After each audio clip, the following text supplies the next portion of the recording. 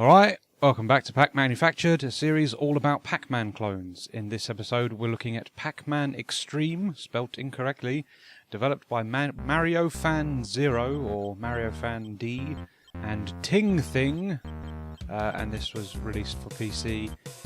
Not sure when, no release date unfortunately, or fortunately, we'll see, hey? So yeah, this is another grid-based Pac-Man.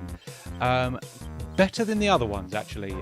So we haven't got that weird sort of clipping where the Pac-Man character doesn't sort of get stuck on edges of blocks, which is handy. The unfortunate downside of making a grid-based Pac-Man is the same issue that we had with another one, in that if you turn direction whilst you're in a corridor, you just turn facing the block that you're moving towards, instead of traditional Pac-Man where you're sort of on a rail, and if you turn it in advance of a junction you will only move when you arrive at the junction of the maze. So yeah, that's a little bit irritating, but you do get used to it.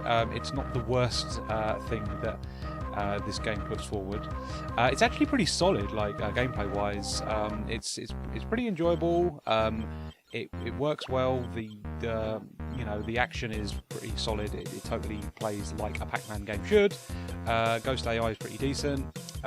Yeah, it's not bad actually, not bad at all. I quite like the art style as well. Again, it sort of reminds me of that sort of Amiga aesthetic. It's got that sort of soft shaded look to the sprites. Yeah, there could be a little bit more done with the maze to make it a little bit more interesting, but the maze does change sort of colour as you change levels, which is a nice bit of variation. Don't know why Pac-Man is red instead of yellow. A bit of an odd choice, but I'll take it. It doesn't look too bad in hindsight. The only thing I would say that is a little bit irritating about this is the scrolling again. So we dealt with this in the last clone with PacMan.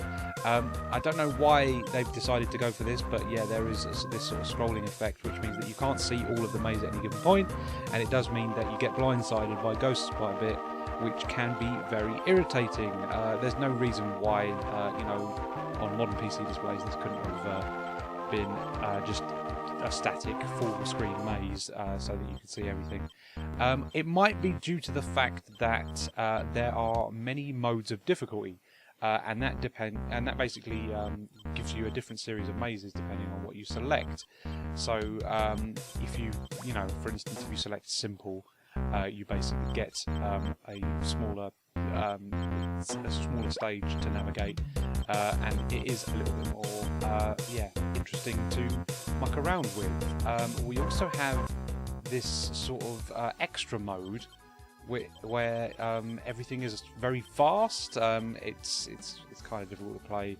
I'm not entirely certain as to why this has been added, but just for a bit more variety, I guess. But yeah, it feels like the developers have really tried to throw as much at this, so we got like a classic simple and what's the other mode name, super mode, which basically gives you really big maps.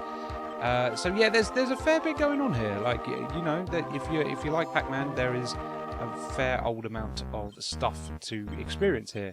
I just don't think it's the best clone we've seen for a while on the show, but at the same time it's nowhere near being the worst. So yeah, I don't know, I'd half recommend it if you're interested.